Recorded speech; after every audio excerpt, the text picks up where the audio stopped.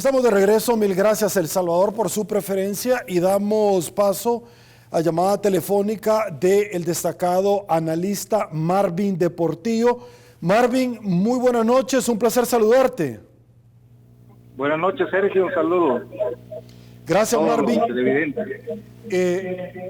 Tenemos retroalimentación, no sé si le podemos bajar volumen a su televisor, Marvin, para poder mejorar el audio. Producción me ayuda.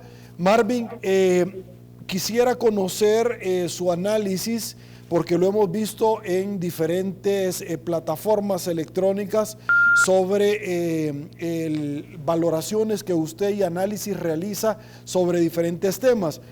A un año de gestión de la administración del presidente Nayib Bukele y aún sin querer dar paso a rendición de cuentas dentro de este órgano del Estado por parte del presidente Bukele, ¿cuál es su valoración sobre este 25% de la gestión del periodo para el cual fue electo la administración del presidente Bukele? Bueno, mire, en términos generales lo que puede decirse de esta gestión es que ha sido una de las peores gestiones presidenciales en la historia reciente de nuestro país. Y esto lo sostengo con base a los hechos y los datos.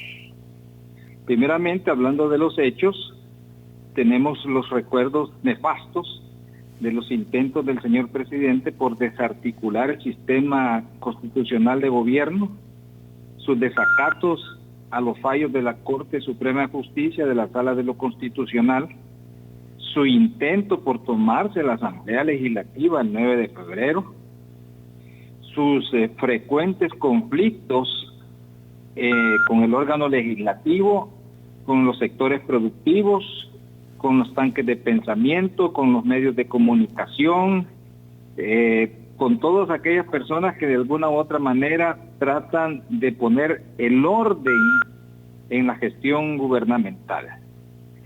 Además está él también, peleado con una parte de la población. Recordemos que él dijo que los que no le apoyan le dan asco.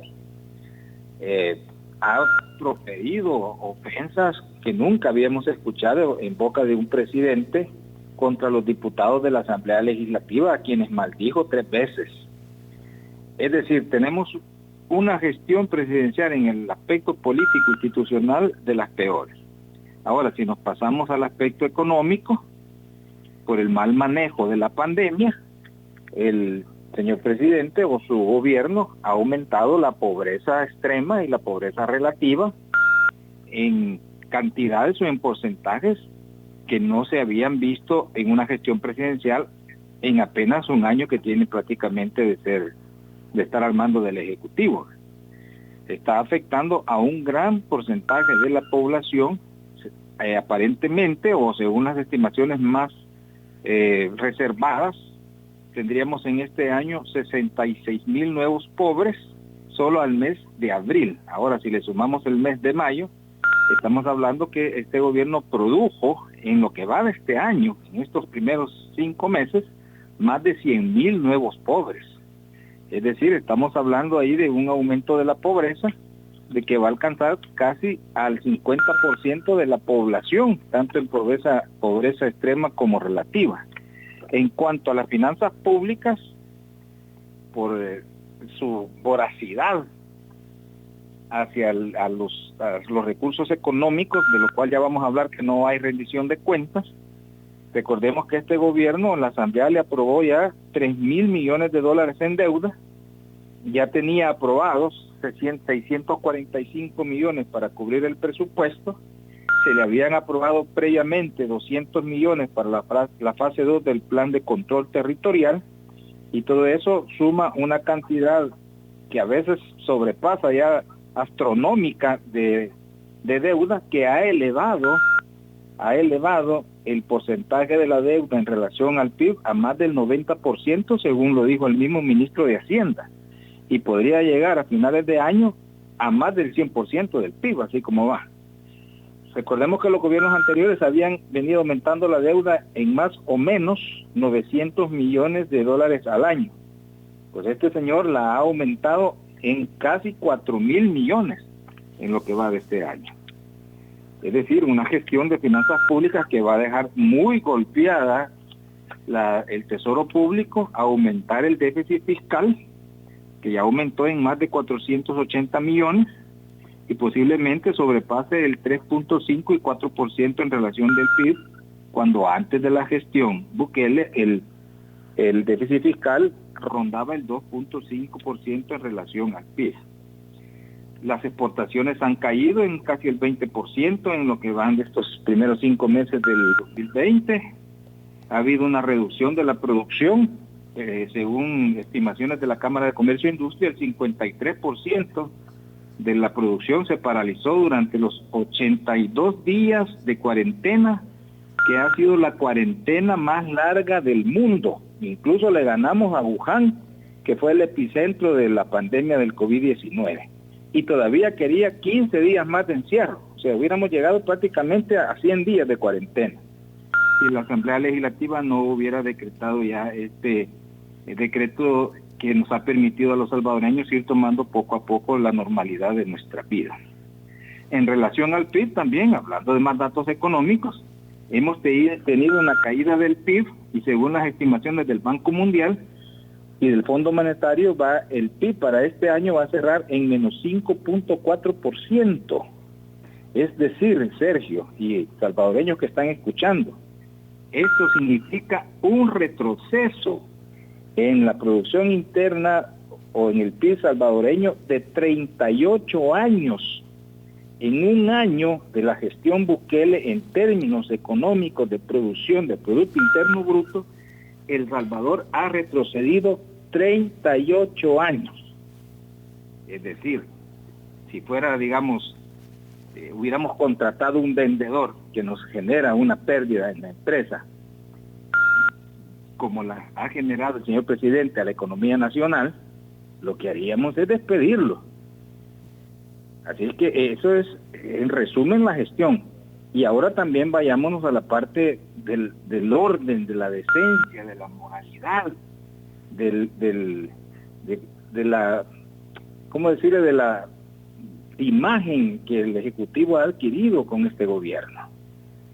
La forma desfachatada en la que él se presenta, parece un muchacho de barrio, la forma en la que él habla, la forma en la que maneja su gabinete, dando órdenes como que fuera un sultán.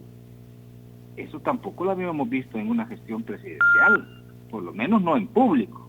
Si pasaba, no se exhibía en público, pero esto está a la luz de todos. De tal manera creo yo que esta gestión presidencial que estamos viendo a este primer año de gobierno ha sido, repito, la peor en la historia reciente de El Salvador. Marvin, llama muchísimo la atención el hospital de la Feria Internacional, por varias razones. Primero, por temas de transparencia, porque cuando se le da al presidente de la República los 2 estados de emergencia, al final de todos los diputados han señalado que él se comprometió a dar un informe detallado, el cual no han recibido. Luego de un año de gestión no quiere llegar a dar el informe en la Asamblea Legislativa. También los diputados han señalado que lo que no quiere el presidente es, primero, que hospitales privados manejen cifras de contagios y realicen pruebas del coronavirus. Quiere él simple y sencillamente manejar una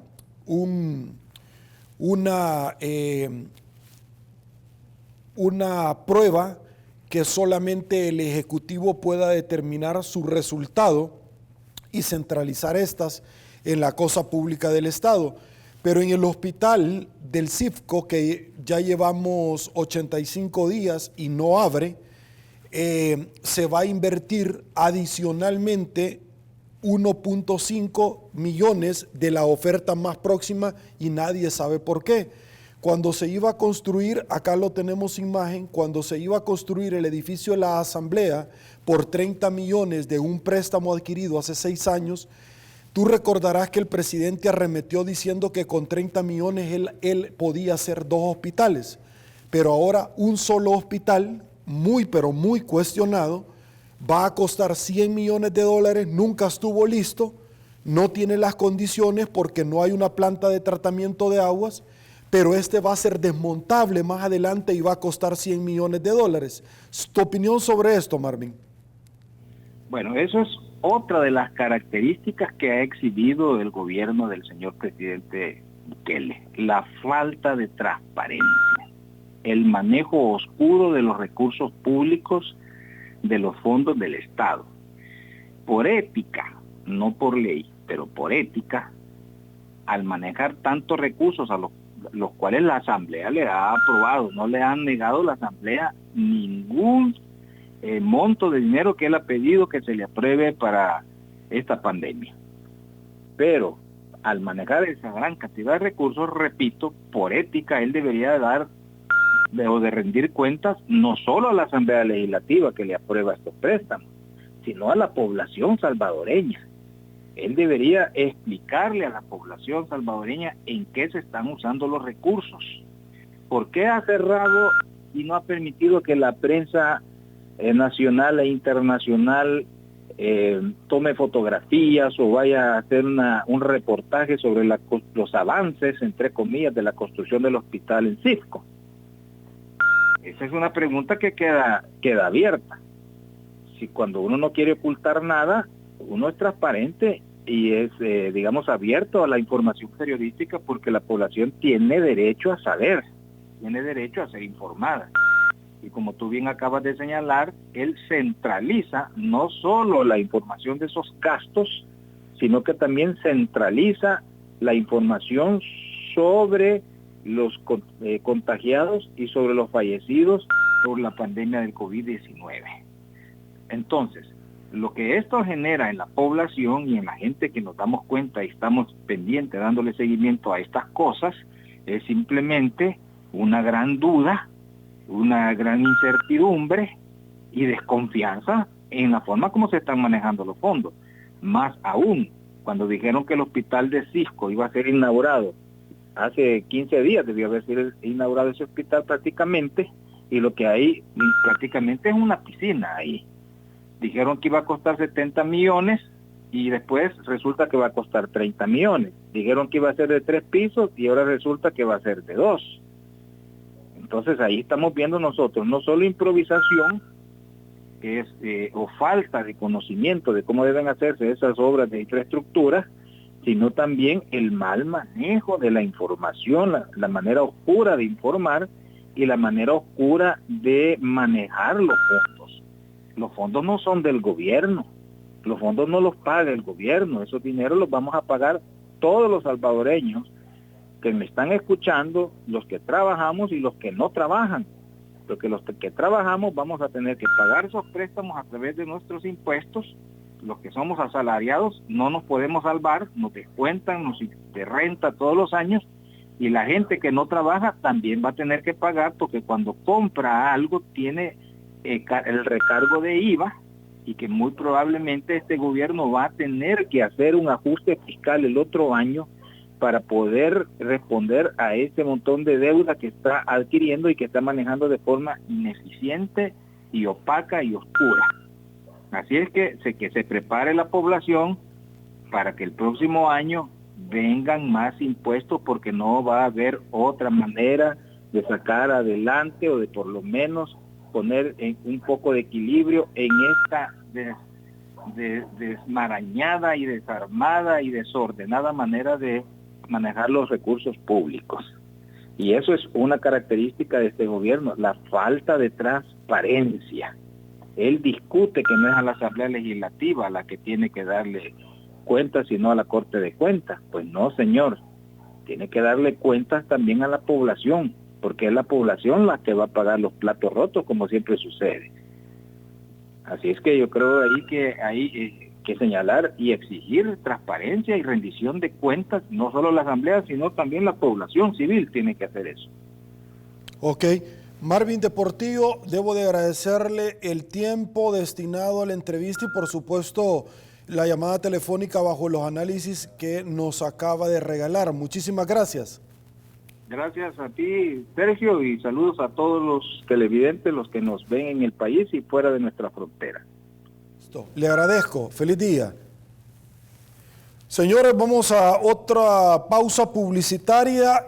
No se pierda que vamos a seguir, por supuesto, conversando sobre diferentes temas. Esto es 8.com, Canal 30, Tele 1. Pausa. Volvemos.